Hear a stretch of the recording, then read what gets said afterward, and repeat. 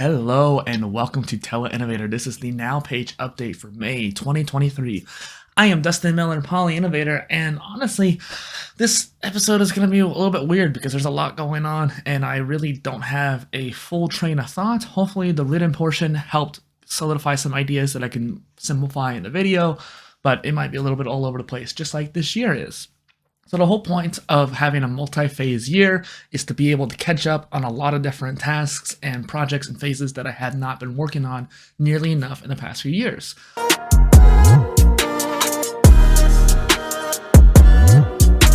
This all started in the idea that back in 2018, 2019, I felt like I wasn't really quite where I needed to be. I kept trying to plan out things and schedule for the next year ahead, like what I should be doing each week. But it really just wasn't able to get things going. Over 2019, 2020, I ended up only doing a handful of poly content episodes. Back then it was called Omni content. And I didn't actually get much done with those. And I needed to do more in order to refine them, in order to figure out what I need to do better. So with the first 6 episodes of the POLYCAST, or the first 6 episodes of the poly content, they were all kind of experimental. I needed to figure out what to do. Like, how did I need to interview people? Or how do I need to structure this multi-format show? That kind of thing. And once I got to that point, I was able to then refine and simplify, and it made it easier to continue from there. In 2020, I ended up putting poly content aside to work on the POLYCAST, and then I started doing a whole bunch of those. Probably a little too much, honestly, but that's okay. My point is, I was able to get experience with the interviews really quickly, and I needed that same experience with poly content. Now I've done, 3 to 4 dozen poly content episodes at this point. I have that same kind of acceleration. It's not very hard for me to make it. It is kind of hard for me to get my butt off to do it, but that's a whole different issue. And what's interesting is now I have the POLYCAST, the poly content, basically my 2 main series that I do. They're more consistent now for the most part, or I'm trying to be at least, and I just got an interview out yesterday. I was trying to get it out Saturday, but a day late is not too big of a deal. And now, today, I'm going to be working on the very first returning guest interview. I had Dale Brockta, who was my first guest, come back on for the 100th episode. He said something about wanting to come back for the 500th as well, so that's going to be fun. And it re-sparked that excitement that I had for interviews. And not that I haven't been excited to do regular interviews recently, but having a guest return was a different experience, and that was really fun. And it was really cool to see where he's evolved. I've seen it online. I pay attention to my guests. Once they've been on my show, I follow them. I always make sure I keep an eye out, and I try to reach out too. But having them talk again on the show was a different feeling. So that's what I'm doing right now. I'm doing interviews. I actually had a whole bunch of interviews in the last week or so it was really kind of overwhelming to have all that again. Luckily, I'm really good at doing research really quickly, and I was able to get some really great research done quick. And the other thing that I've been working on this weekend, I had one of those flow moments where I just followed what the interest and passion was, and it happened to be Obsidian and AutoGPT.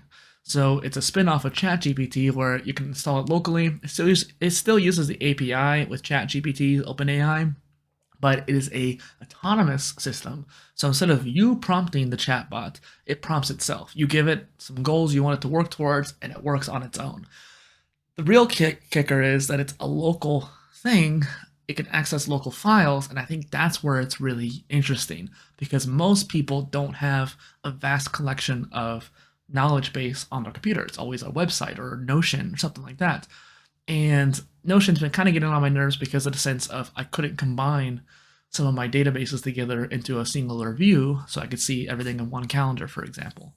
I think Obsidian could, and I was actually trying to use Logseq, but that ended up not working out very well at all. So I actually reinstalled Obsidian for the second time. I was like, you know what, let's try this out. Ended up really kind of getting along with it, feeling more natural with it, started typing out notes, that kind of thing. And Obsidian's really cool because it's a local file structure, right? You have your information architecture that way.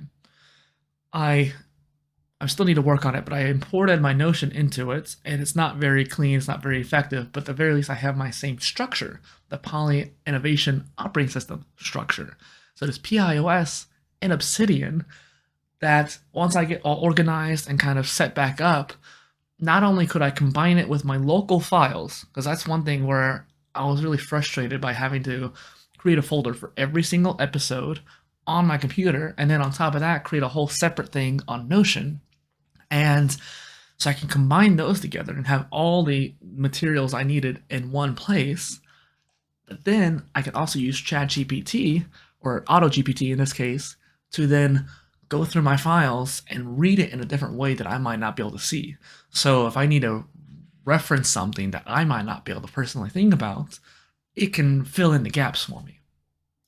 I think this is the first step in towards making a artificial intelligence made for you, making your own Jarvis. Because Obsidian is a manual thing. You have to go in there and make the notes yourself. But the way it structures information is unique, and that's why I love it. And not only that, it also has the mind graph, where it starts to connect different notes together. So if you combine that with the GPT, I think that's going to be the real kicker in the whole progress towards having a artificial intelligence for yourself.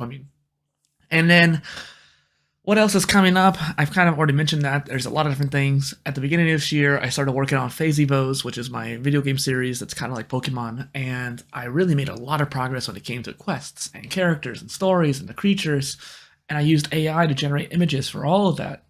I still need to make more people, but all the creatures have their own images. They're all kind of beta design, they're all different designs, styles, and I realized, okay, I'm going to need a human to redo it in a nice, cohesive style.